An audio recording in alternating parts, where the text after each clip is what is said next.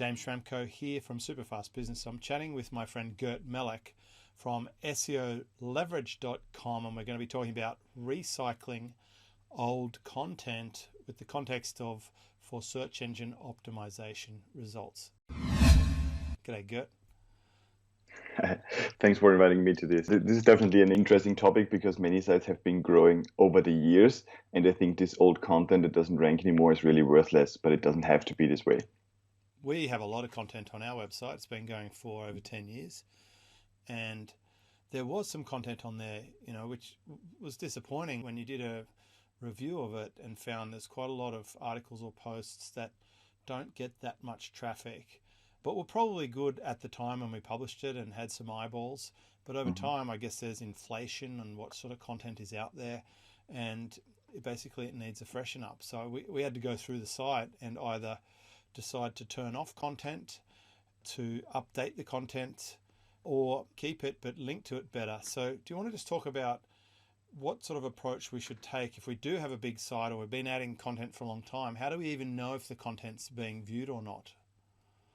So this is definitely an important one. So a constant monitoring is definitely important, and monitoring it with the organic segment. If you want to get SEO traffic, you need to break it down on your analytics by organic segments. So you can really just look at what traffic comes to the individual pages from the search engines, because many people just check their overall traffic, and as long as this is going well, they don't care about which URL really gets this traffic. They're just fine with the traffic. And if it goes up, that's even better. But sometimes it's really only the new articles that get more traffic, and the old articles keep dropping in rankings, keep attracting less traffic.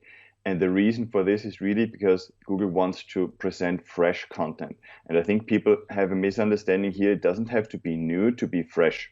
So what this means is I don't have to produce necessarily every single week a few pieces of content just to have fresh content, which is like a theme in SEO and has been a theme in SEO for many years.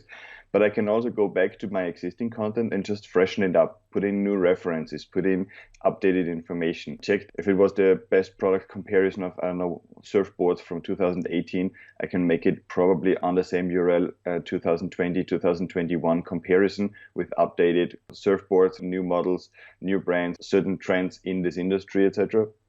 And this way, the content is valuable again. From Google's perspective, they don't want to send someone to a page that has outdated information. And this happened to me in the past. Google is much smarter now, but in the past, when I was still doing web development, this happened a lot to me. So I was searching for some information, some way to solve a certain problem, and I would have encountered information that was 8 years old.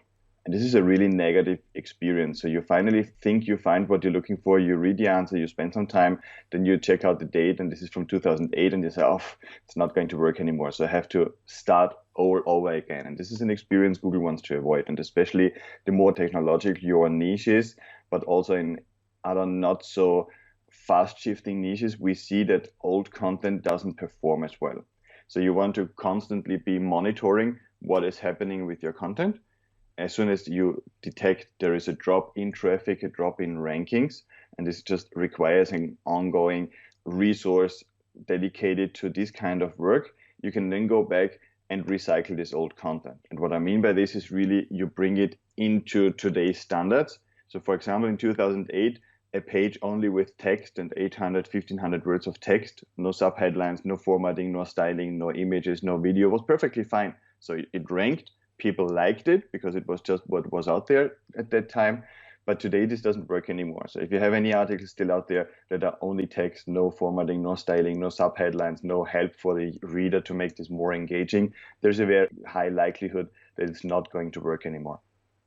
Well, one of the tricks people used to do is not put a date on a post. And I imagine that's confusing for the reader and difficult to try and interpret when this was published and if it's still relevant.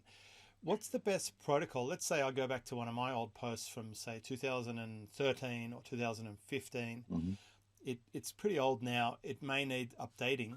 Do we update the date on it, or do we leave the old date and then we put an extra bit of text saying, update as of 2020 or 2021, and then put a new sort of a paragraph explaining what's changed? Like, what is there a good protocol for this? Or do we scrap the post and put a brand new post on it with the same page name or post name and category that replaces the old one? It's just brand new content. I think there are two important points here. First of all, removing the date assumes that Google is stupid and they are not. So they can So don't do definitely that.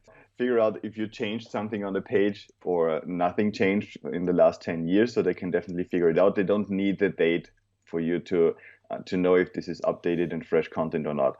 This also goes hand in hand with some people trying to only change the date, not the content.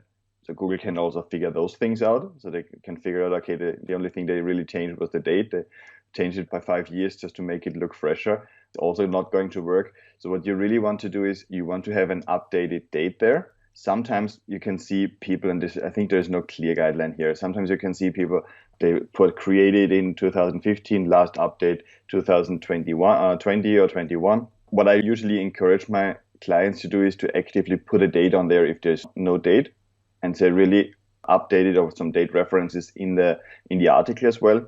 Like as you can read from this article by 2020, this is still a thing, something like this, and put some updated references in there. Google just really wants to connect the dots, and they want to connect the dot from the date to the freshness to the references you're giving, and you should be fine then.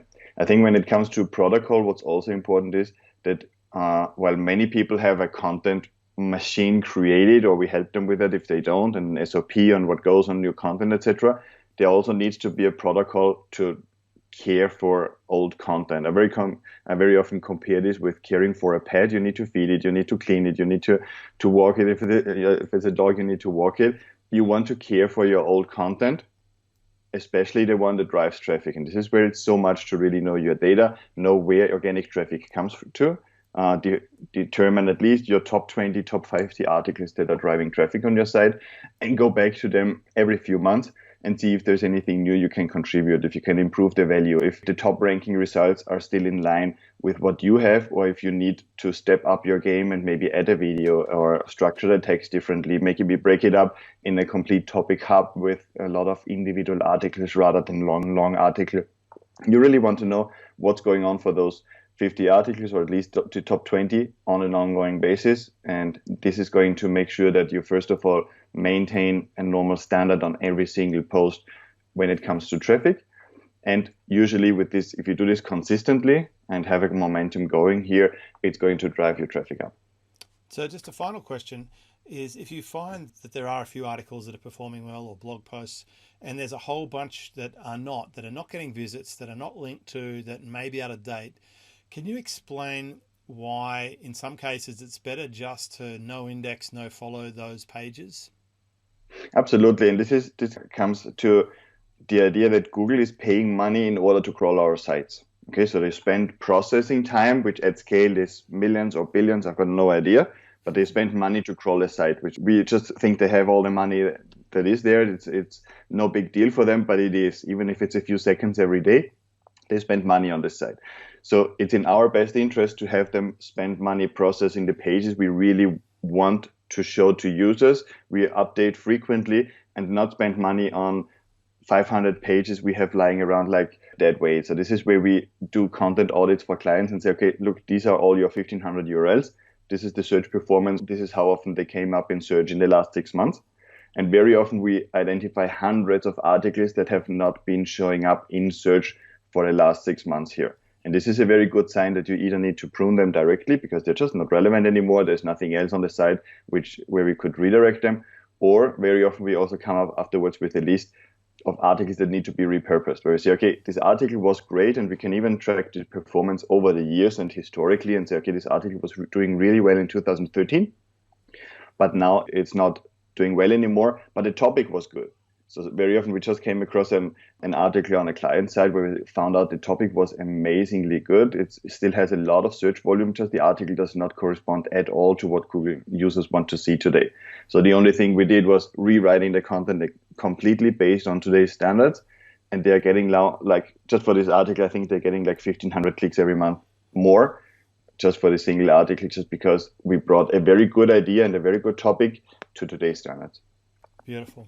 And you help people with this at SEOleverage.com? Exactly. So in SEO Leverage, what we do, we have a specific framework that also covers old content, recycling old content, making sure that we are aware when rankings start to drop. You want to interpret the early signs and not act when the site is already ranking on page 10 of Google. Page 2, page 3 might be enough to act, redo the content, go back to page 1 where you want to be. And this is definitely something we take care of, because it's really hard to do this on your business if you have other things to do. It's really hard to keep track of those things. Yeah, I appreciate you been helping me. You've identified an area of topic that we should be focused on. We've got some help to complete some content on that particular topic. We're going to publish that. Hopefully it brings new SEO results. And that's exactly the sort of help that I need, because we're busy doing other things. So thanks so much for coming and sharing, Gert. And look forward to getting a few more little training topics with you that we can publish over the coming weeks and share some more SEO tips. Thank you so much, Seamus.